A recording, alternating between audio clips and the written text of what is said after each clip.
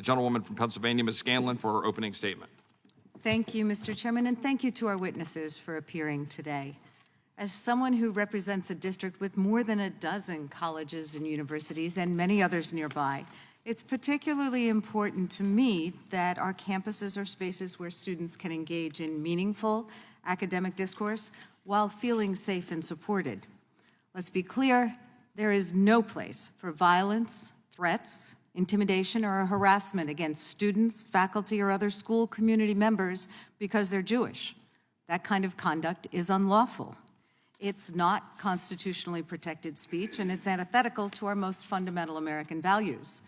That bigotry has no place in our society, and everyone deserves an equal opportunity for a safe learning environment, regardless of their race, ethnicity, gender, religion, or ancestry.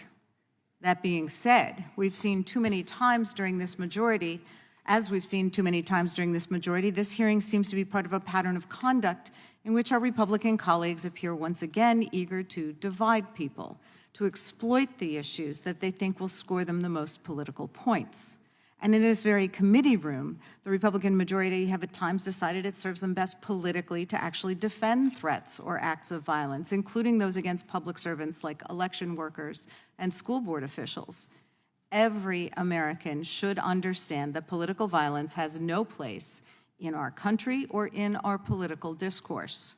And everyone who purports to call themselves a leader must unequivocally condemn such calls to violence. That includes standing against acts of discrimination and hate in all of its forms. Similarly, I believe that those in positions of leadership have an obligation to model good behavior and not inflame passions around these issues, even when it might inure to their political benefit.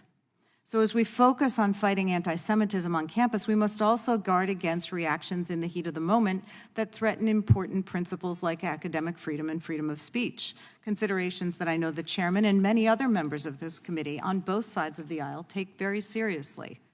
These principles are as fundamental to our democracy as anti-discrimination laws are central to the mission of our higher education institutions, and they are most threatened when the speech at issue is controversial. Schools, of course, are important places to help our young people become critical thinkers. That's because schools can and should expose students to the diversity of people, viewpoints, and experiences in the world around them. In fighting hate, Congress must respect the imperative that it not overreach and end up chilling constitutionally protected speech on college campuses or other places. That being said, there are concrete steps that Congress can take to combat anti-Semitism. As the chairman mentioned, Congress has the power of the purse. And if my Republican colleagues are serious about confronting this issue, they'd start by adequately funding the Department of Education's Office for Civil Rights. That's the primary agency tasked with enforcing civil rights laws at colleges and universities. This includes enforcement of Title VI of the Civil Rights Act of 1964, which prohibits discrimination based on race, color, or national origin in federally funded programs, and which protects Jewish students from anti-Semitic discrimination. But when the Biden administration requested an increase in OCR's funding for FY 2024, House Republicans instead tried to cut the agency's funding by 25%. Ultimately, the final compromise deal left OCR's funding inadequately flat at a time when Title VI complaints from college students have risen sharply, and OCR lacks the resources it needs to get through an unprecedented backlog. And OCR's mission includes not just identifying violations of civil rights around anti-Semitism, but also implementing corrective action. So the failure to adequately fund impacts both the failure to identify past events as well as preventing future events. So as we look toward funding the government for 2025, the administration is once again requesting an increase for OCR. If our colleagues on the other side of the aisle are looking for a real, tangible way to fight anti-Semitism, they should provide that funding instead of once again trying to cut it.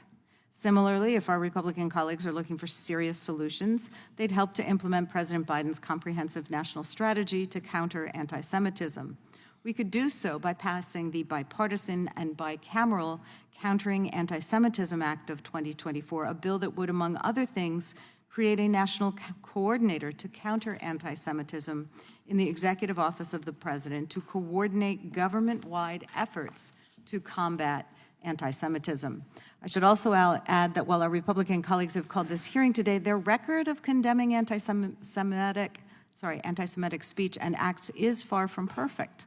Time and time again, they've failed to condemn instances of anti-Semitism, particularly when it comes from their right-wing allies, including the former president.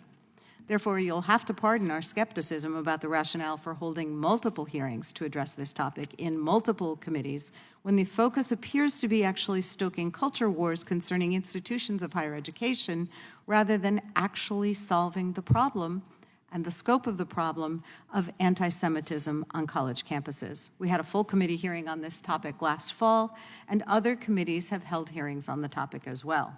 We know the concrete steps that Congress can take now to help counter anti-Semitism on campuses. The subcommittee's time would be better spent helping to ensure that we take those steps and empower OCR rather than pouring gasoline on the embers of hate and anti-Semitism that we are seeing around the country. Nonetheless, I thank our witnesses for being here, and I look forward to their testimony. I yield back.